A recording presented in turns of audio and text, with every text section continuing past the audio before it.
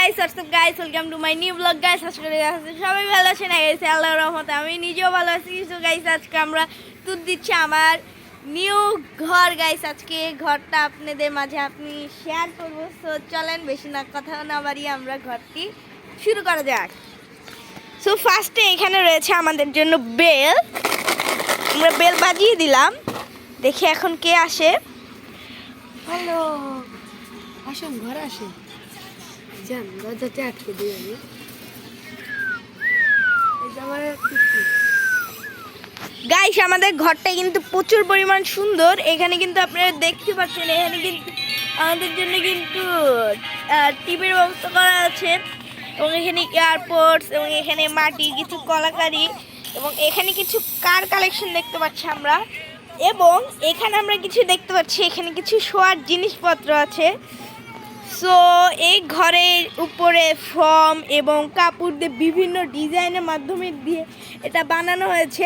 এটা খুবই সুন্দর দেখতে লাগছে, এবং নিচে আমরা পাটি ফর্ম দিয়ে আমরা ডিজাইন করেছি, এবং এর গেটটি হয়েছে এতটুকু। এখান দিয়ে আমরা অনেক কিছু করতে পারি। আপনারা ভাবছেন অতটা খারাপও না। এখানে আমরা সবাই মিলে ইন্টারনেট করে এখানে আমরা অনেক কিছু ভালো ভালো করি, মানে মোবাইল টোবাইল দেখি। আপনি কিছু বলেন আমাদের মাঝে। আমি আর কি বলবো, আমার এই ঘরটি অনেক কষ্ট করে দিয়েছে, কিন্তু একটি লোক আসছিল বুঝলেন, লোকটি আমাদের পাড়াতেই থাকে। ঘরটি কষ্ট করে দিলাম আমরা, আর ওই লোকটি শুধু ঢেল দেয় আমাদের ফ্রন্টে দেওয়ালটা বানিয়েছে। দেখুন এই দেওয়ালটা পুরো ভেঙে ফেলেছে, পিছন থেকে দেখুন পুরো নষ্ট হয়ে গেছে।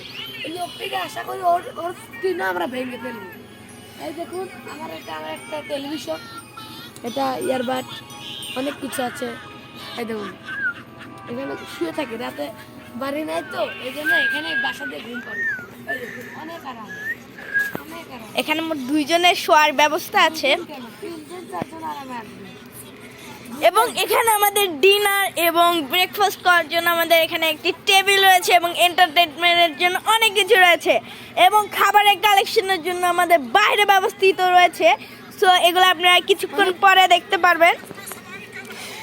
সো আজকের ভিডিওটি ছিল এই পর্যন্তই। টাটা, আল্লাহ হাফেজ, গুড বাই।